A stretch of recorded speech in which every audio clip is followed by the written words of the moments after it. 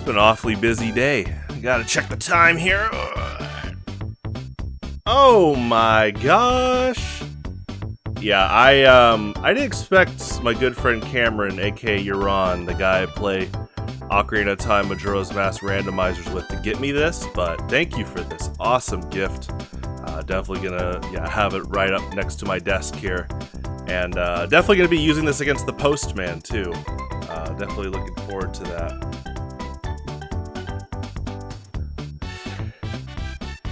When I was a kid, my first Pokemon version was Pokemon Gold. My first Pokemon game was Stadium, and in both games, I thought for a while it might have been just me, but over the years, including recently, I found out that a lot of kids, just like me, saw moves like Leer and Growl and Swords Dance as not useless attacks, but you're just like, oh, that looks and sounds cool, and that's about it, right? Like, to me as a kid, when I used Leer with Quilava, I was like, oh, so that doesn't really do anything, aside from the sound effects. Like, it says, stats go down, right? But, like, defense goes down from Leer, and it's like, okay, little kid me was like, I don't see the health bar dropping. And, in Stadium, they had really cool animations as well.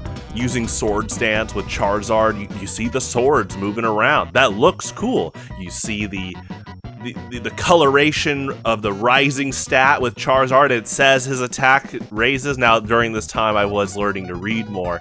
My mom will talk about how she was kind of just in awe that I was playing games like Banjo-Kazooie without reading comprehension. And so in Stadium's case, I don't understand every word on there.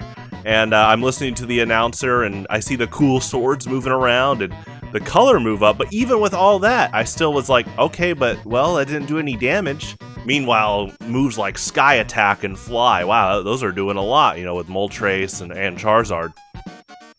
And it's so fascinating when you look upon the consistency of a kid and instant gratification. I think nowadays, people make jokes, but not jokes about iPad babies. And I do think there is an importance to, if you're a parent, make sure you're being attentive to your kid. Like I said, my mom watched me play Banjo-Kazooie. She tried to be actively kind of engaged with me overall. And I think that makes a big difference. Nowadays, you have to be careful. Oh, back in my day. But it really, I think no matter the generation, kids are wired to see X go to Y. In this case, I could have just used Ember from Quilava, and the HP would have went down a bit. Like, that's X to Y. I see it visually, and I'm making progress. The goal of a Pokemon battle is to get knockouts. For people that don't play Pokemon, moves like Swords Dance will basically make your physical attack ×2. You use an attack to knock out a Pokemon by doing damage. You knock out 6 of your opponent's Pokemon, you win a battle. Now, in adventure mode, people have all different counts of Pokemon. 6 is actually pretty rare, but in competitive, it's 6 versus 6. You can bring less if you want, but the rules are knock out all your opponent's Pokemon, you win. You knock out by doing damage.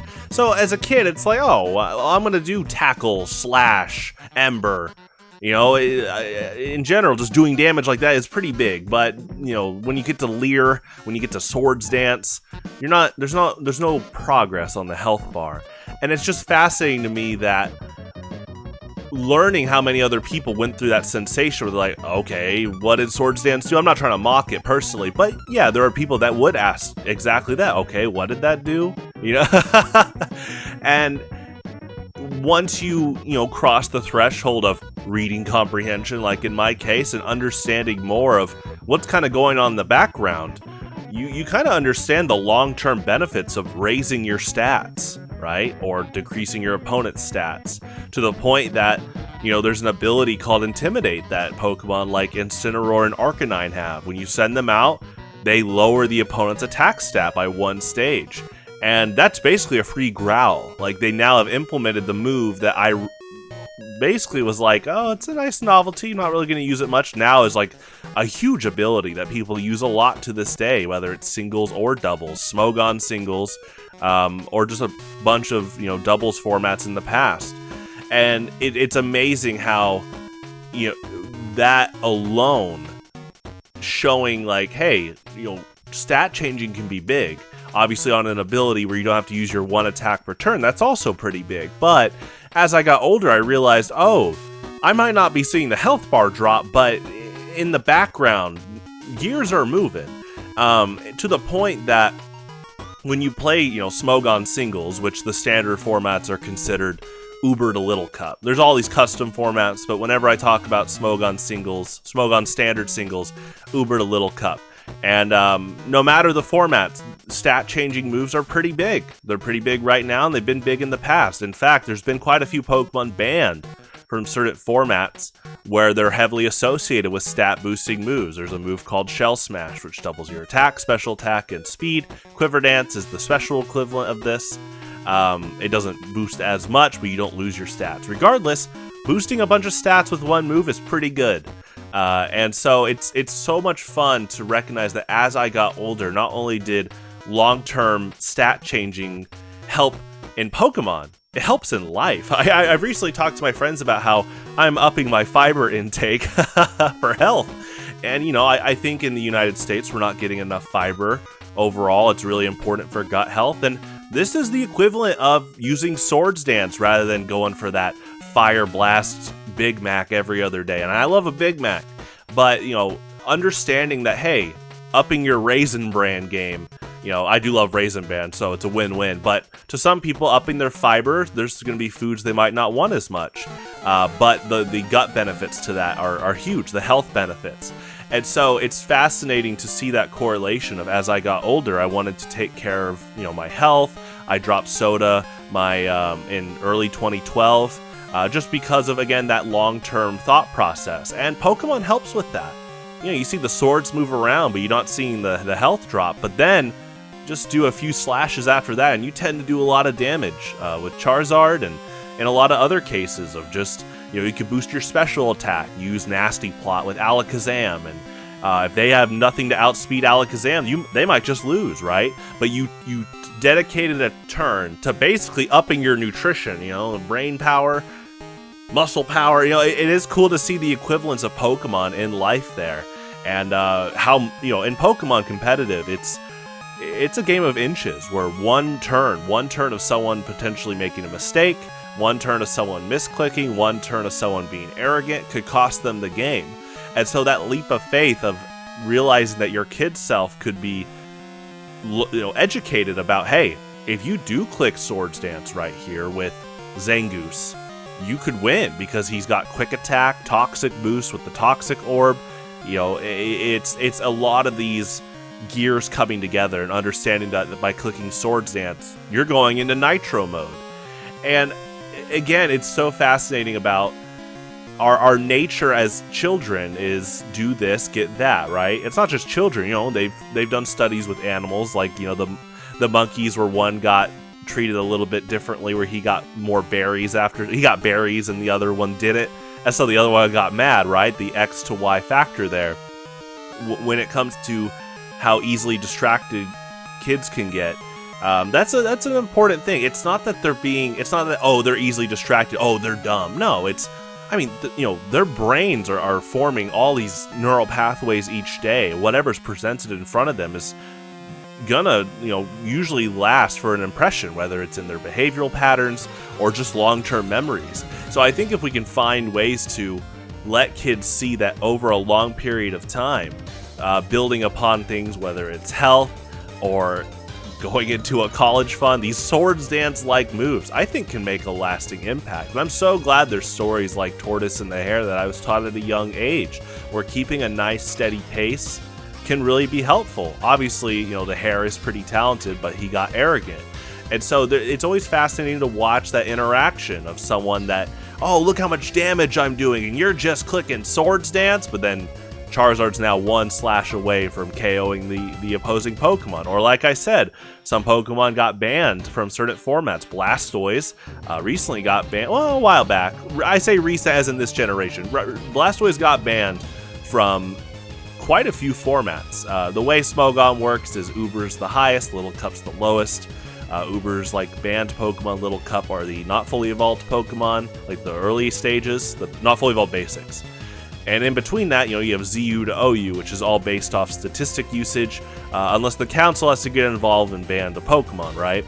And so Blastoise and a few other Pokemon that know Shell Smash have gotten banned from formats with that association. Again, it's about like, oh, hey, Blastoise, what are you going to do? Click Shell Smash once. Oh, it doesn't do damage. I'm not worried about that. That's, I think, a lot of new players can come across that. They're like, okay, your stats changed, but my Pokemon's not knocked out. Oh, one Surf just knocked out one Pokemon. Okay, here's the next one. In fact, they resist water. Oh, you have Ice Beam, and it's also boosted. Quickly snowballing off of that one Shell Smash. And it's fun to see that kind of strategy, those long-term planning effects, come into play for people recognizing, hey, wait, I can hold off a bit on trying to do damage, which is, kind of the go-to way to win. There's other long-term ways that I can win the game. In TF2's equivalent, it's like playing the Medic. Medic isn't doing as much damage on average compared to other classes, but he's got the Uber charge.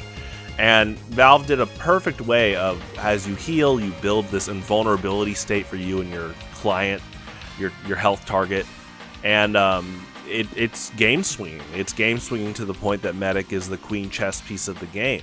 And so what a genius way to kind of push for kind of selfish gameplay, not selfish in a bad way, but the player's like, I want to be invulnerable, I want to do a big play. It's like, okay, well, build Uber and you might be able to do that, right? And that's your version of boosting your stats. In this case, you're boosting the health of your teammates and overhealing them, not technically damaging the opponent, but making a lot of progress there. It really is, no matter the age, it's cool to see that there's always a learning curve there, rather than, oh, this strategy might not have instant progress visually, but the long-term progress it can make can last a lifetime. Or in the case of boosting your fiber, helping you out for each day. Getting up, walking, jogging, driving, drinking water, hydrating, staying strong with the vitamins and minerals. Now I got good gut health, but it's one day at a time. It's not just something you instantly get satisfaction from. Now, to me, I guess that's kind of the ironic part, is because I know it's helping me, there is a satisfaction of, okay, that's something I can check off my list each day. I love that movie WALL-E because it shows that the the human dystopian future of they kind of got hurdled in like animals to instant gratification, the cupcake in a cup sensation. It definitely is a good social commentary of, hey, literally stand on your feet, stay at it, keep at it, think for yourself, and touch grass. Yeah, find things to enjoy in life and understand there's a lot of things that try to allure you with instant gratification. But it's important to ask the questions of, what are the other things going on here, and what other options do I have? What can I do in my power to better myself each day? I think one Swords Dance could be one turn away from victory. I love Mondays.